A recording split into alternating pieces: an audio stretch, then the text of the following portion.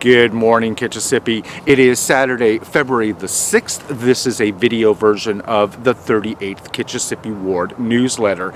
Jumping right into it, this week I had the opportunity to attend the Finance and Economic Development Committee. On the agenda was the extension of a 10-year lease with an option to renew for 2 5-year periods to the Ottawa Hospital to run the parking lot that's just on Ruskin.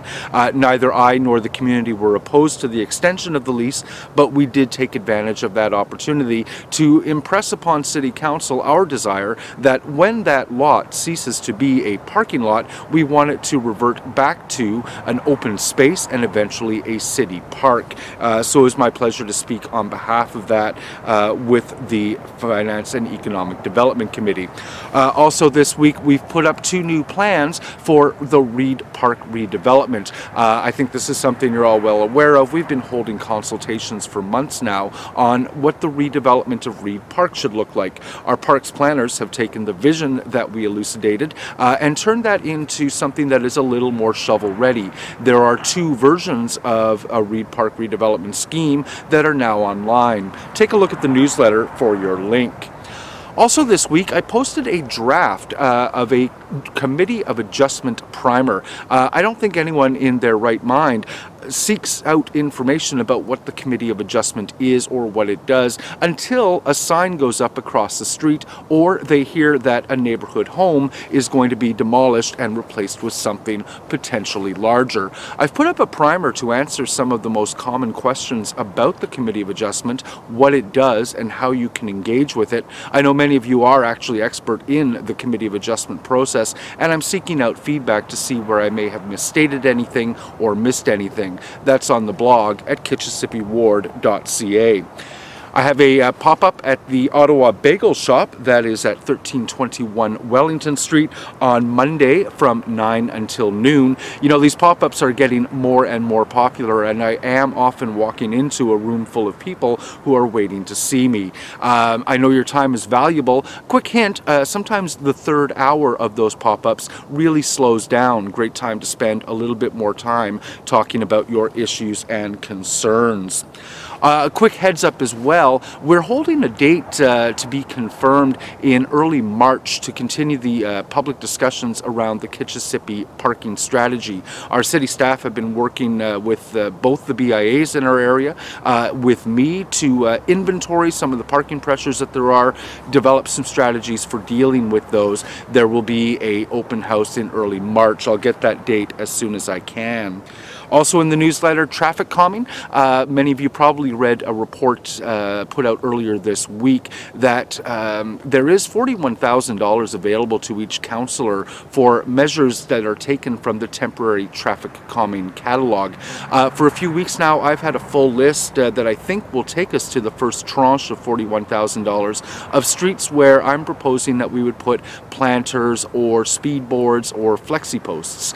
Those are with our traffic folks for assessment right now, and when I have a good sense of whether or not those are feasible, I'll go back out to the community for a lightning round of feedback. Also want to note the Hampton Iona Carnival, the Hampton Iona Winter Carnival is going to be held on, bear with me, Saturday, February the 21st from 3 until 5. Take a look at the newsletter for more details. I'll be back here at Westboro Beach a little bit later today for their Winter Carnival. It's being held 1:30 until 4 here at the beach. And tomorrow I'll be at La Roche Park from noon until 4 for the Mechanicsville Community Association's annual Winter Carnival as well. Quick preview of the week coming up for me at City Hall. As happens every 2 weeks, I'll have both Planning Committee and City Council this week. Looking forward to City Council, particularly since the anthem will be presented this week by Nepean High School at my invitation. Definitely looking forward to that. We'll also be at City Council debating the exemption for the glebe area from the Statutory Holidays Act. Still still open-minded on how I'll be voting on that. Some interesting arguments pro and con. I did sit through that debate at the Finance and Economic Development Committee, and it is definitely an interesting issue. And also at Planning Committee this week, we're going to be talking about the creation of some new affordable seniors housing on the property that's owned by the Carlington Community Health Centre. Carlington is one of the CHCs that serves our ward. I'm absolutely in favor of adding that new affordable housing. We want to think through carefully, though, the potential loss of a community garden there and how we'll mitigate that. Also at Planning Committee this week, we're going to get an update from staff on the Smart Growth for Smart Communities Act that was passed recently, Bill 73. I'd ask that that be deferred for a couple of weeks to prepare my questions of staff. I know those of us who are interested in planning have a number of questions about how the City of Ottawa will implement some of the new rules. Also this week, meetings on the Rosemount Library, a potential future sale of St. Matthias Church, looking at a post-Covenant Island Park Drive. We've got a tour of some MobiCon delegates of the cycling infrastructure in Ottawa, and I've got various meetings with staff on different developments and issues that are on our plate in Kitchissippi. Listen, there is a picture this week of the panel that I held at the Carlton Tavern. I want to thank very much Dick Cooper, Sandy Sharkey, Eugene Haslam, Harvey Glatt, and Ken Rockburn was our host, taking a look at Ottawa's music scenes of the 60s, 70s, and 80s. It was packed at the Carlton. Thank you very much to them for hosting it. Thank you very much to the League of Rock. There's a link in the newsletter. Listen, if you are a singer or play an instrument, check out the League of Rock. There are some spots left for their winter session. They offered a couple of draw prizes, but there are some spaces available on top of those.